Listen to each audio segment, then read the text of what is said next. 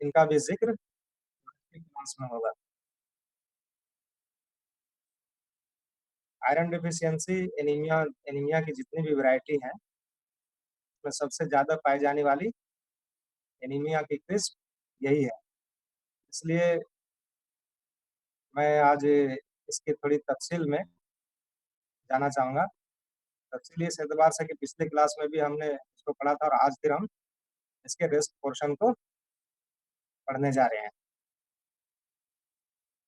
क्योंकि जब हम अपनी तालीम मुकम्मल करके फील्ड में जाएँगे, तो आयरन डिफिशियंसी एनीमिया के मरीज़ों से हमारा और आपका वास्ता अक्सर क्लिनिक पे होगा। इसलिए इसकी मालूमात इंतहाई ज़रूरी है। उस दिन हम लोगों ने पढ़ा था कि आयरन डिफिशियंसी एनीमिया में क्लिनिकल डायग्नोसिस कैसे करते हैं। क्लिनिकल डायग्नोसिस की बात आई थी। क्लिनिकल डायग्नोसिस में क्या-क्या देखते हैं? हिस्ट्री ऑफ पिका, स्क्लेरा कैसा होता है, इन सब बातों का ज़िक्र उस दिन हो गया था। ग्लोसाइटिस, स्प्लिनोमेगेली, पाइलोनिकिया, प्लेटिनिकिया, इनके बारे में मैंने बताया था।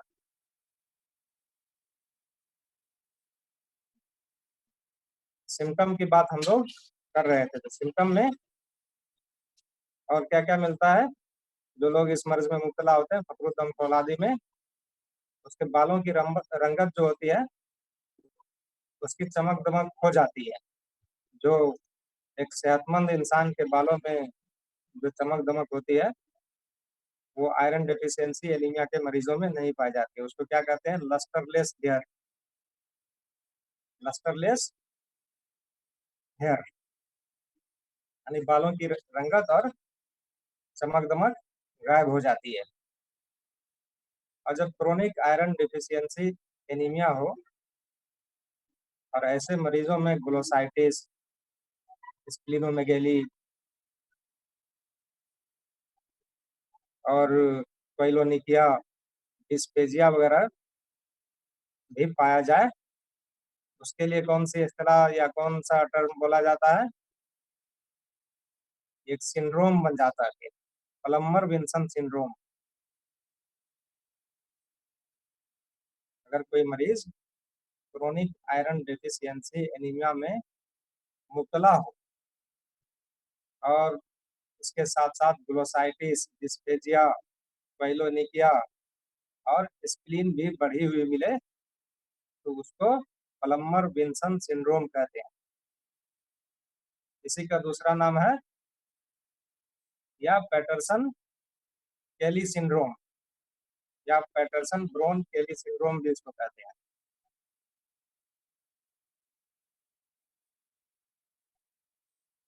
ठीक है?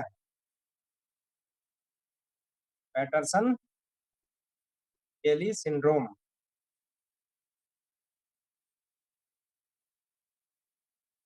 आयरन डेफिशिएंसी एनीमिया का एक सबब बुकवॉर्म इन्फेस्टेशन है। बुकवॉर्म इन्फेस्टेशन को क्लिनिकली कैसे डायग्नोस करेंगे?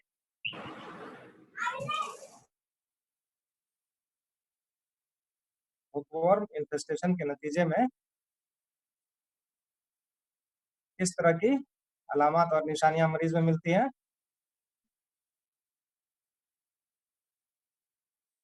इसकी तशखीस भी मुमकिन है। कैसे? मरीज से हिस्ट्री जब ठीक से ली जाएगी, तो हिस्ट्री ऑफ ऑक्यूपेशन हमने बहुत डिटेल में पढ़ाया था। मरीज से जब उसकी हिस्ट्री मालूम करते हैं, आमतौर पर किस तरह के लोग इस मर्ज में मुबतला पाए जाते हैं, किस तरह की हिस्ट्री ऑक्यूपेशनल हिस्ट्री मिलती है। जो लोग चाय के बागात में काम करते हैं,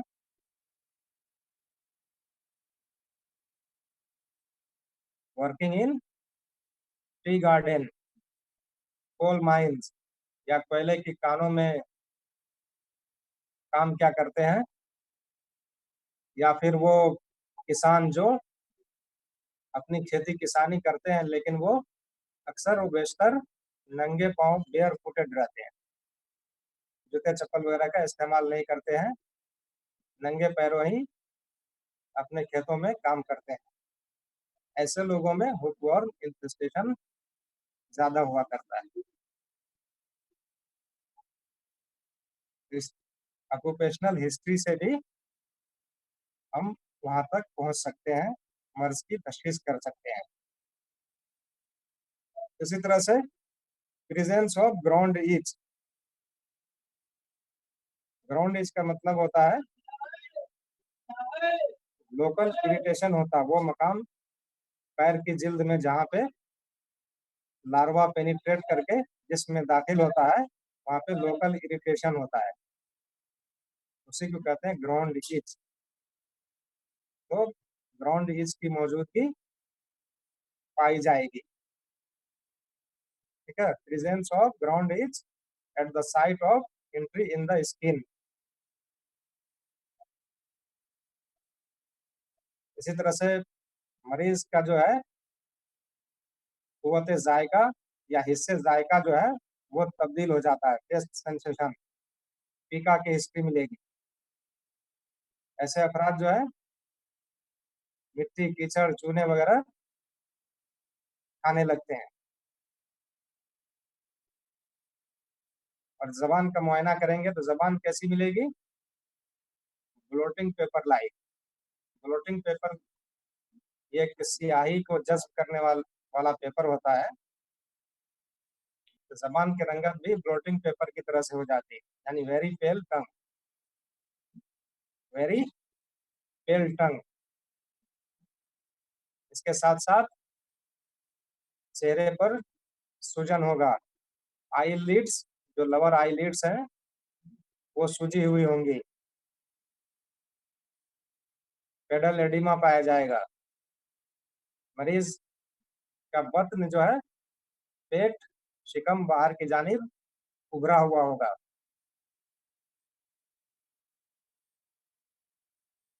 bulging out of abdomen, pedal edema, puffy face, swelling in lower eye lid will be present। मरीज का मुआयना करने पर ये सब चीजें भी मिलेंगी। और नाखून की जो एक स्पेशल कंडीशन है क्वाइलोनिकिया, वो भी मौजूद होंगी।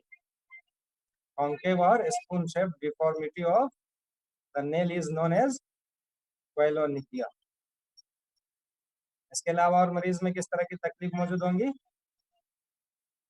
बत्न के बालाई हिस्से में मरीज को दर्द होगा, pain in epigastric region, mimicking chronic duodenal ulcer. मरीज के बत्न के बालाई हिस्से में दर्द होगा जो मुजमिन करह असना अशरी का जिस पर गुमान होगा, हालांकि ये दर्द किस वजह से होगा, वॉर इन्फेस्टेशन की वजह से। इसी तरह से और क्या क्या मिल सकती है, मरीज के स्टूल में वॉर्म्स मिलेंगे। मरीज खुद भी बताएगा, जब उससे पूछोगे कि पेट से कीड़े उड़े भी लेटरिन में निकलता तो खुद बताएगा हाँ कीड़े निकलते हैं, छोटे छोटे कीड़े निकलते हैं। ऐसे जो स्मॉल वॉर्म इन स्टूल, या फिर मरीज जो है दसवीं इसहाल एस्टिटोरिया में मुब्तला होगा, इसके स्टूल में फैट भी खारिज होंगी। इस तरह से हुक वॉर्म इन्फेस्टेशन को क्लिनिकली और हिस्ट्री के जरिए हम रूल आउट कर सकते हैं। आयरन डिफिशियंसी एनीमिया में और क्या होता है, ग्लोसाइटिस,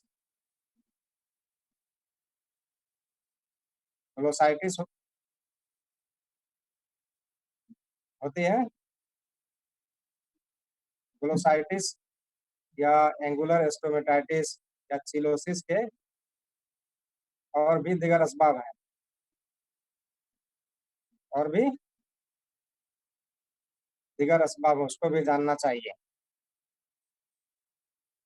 जैसे हम आयरन डेफिशिएंसी एनीमिया में तो ग्लोसाइटिस मिलता ही है, इसके अलावा दीगर विटामिन की कमी के नतीजे में भी ये शिकायत पाई जाती है, तो उसको भी जानना चाहिए। जैसे राइबोफ्लेविन की डेफिशिएंसी में मजेंटा कलर टंग मिलती है। निकोटिनिक एसिड या विटामिन B12 की कमी से जो टंग मिलती है उसको क्या कहते हैं? रॉ बीफी टंग। इसमें जबान कैसी हो जाती है? सुर्ख हो जाती है, सूजी हुई होती है और उसमें दर्द होता है। Tongue is red, swollen, painful, known as raw beefy tongue. इस वजह से निकोटिनिक एसिड या विटामिन B12 की कमी की वजह से। बाल टंग जो पैपीला होते हैं वो एट्रोफी की वजह से डिस्ट्रॉय हो जाते हैं, वो दिखाई नहीं देते, इसलिए तो बाल टंग भी कहते हैं। सीवियर आयरन डेफिशिएंसी एनीमिया की पहचान है। इसी तरह से और भी दीगर असबाब हैं, जैसे सिरोसिस ऑफ लीवर, टीबी वगैरह, इसमें भी ग्लोसाइटिस मिलेगा। Angular stomatitis